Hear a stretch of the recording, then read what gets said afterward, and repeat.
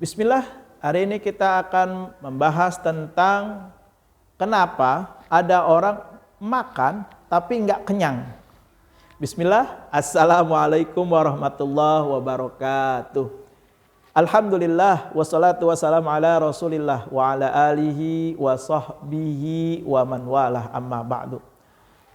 Makan adalah kebutuhan yang sangat mendasar pada diri setiap manusia. Manusia yang tidak makan maka akan terjangkit mudah terserang penyakit atau puncaknya bisa pada posisi kematian. Nauzubillah.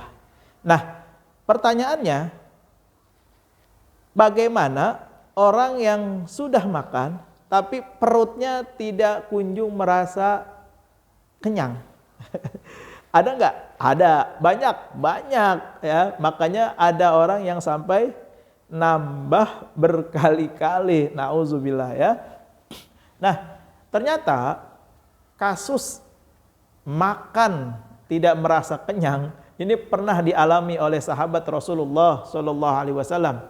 Di dalam sebuah buku dijelaskan, ya, diterangkan nanti di dalam detailnya itu ada dalam kitab Riyadhus Shalihin ya.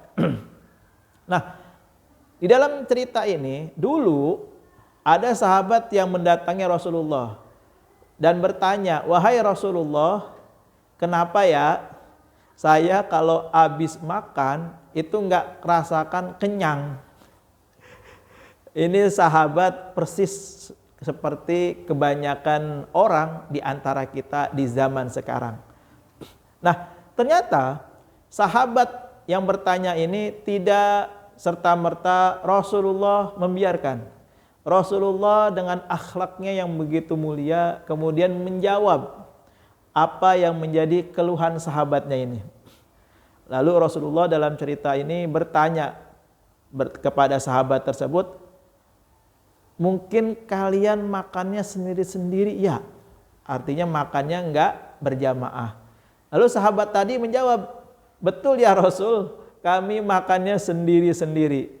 Maka kata Rasulullah, "Makanlah bersama-sama dan sebut nama Allah sebelum memakan makanan tersebut."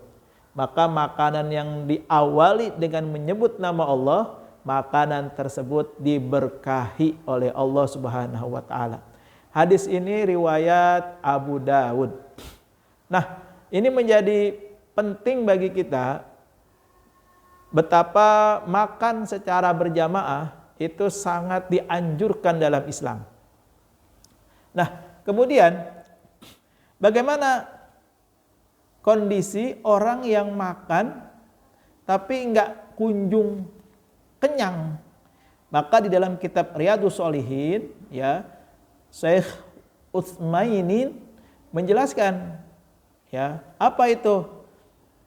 Agar kita makannya diberkahi, perut kita kenyang, maka yang pertama kata Syekh Utsmainin, yang pertama itu jangan abaikan membaca lafaz basmalah sebelum makan. Jangan abaikan, artinya jangan tinggalkan ya. Bismillahirrahmanirrahim. Allahumma barik lana fima razaqtana wa qina adzabannar. Itu yang pertama. Awali dengan menyebut nama Allah. Yang kedua, agar makanan yang kita makan berkah, ketika makan itu jangan mengambil bagian tengah, tapi ambil bagian paling pinggir yang terdekat dari diri kita. Dari pinggir dulu. Nah, ini sangat dianjurkan. Makan dari pinggir dulu. "Ustadz, saya makannya di piring. Lauknya di pinggir-pinggir. Bagaimana Ustadz?" Ya udah, pokoknya yang terdekat sama kamu itu yang kamu ambil dulu. Jangan ambil yang paling jauh.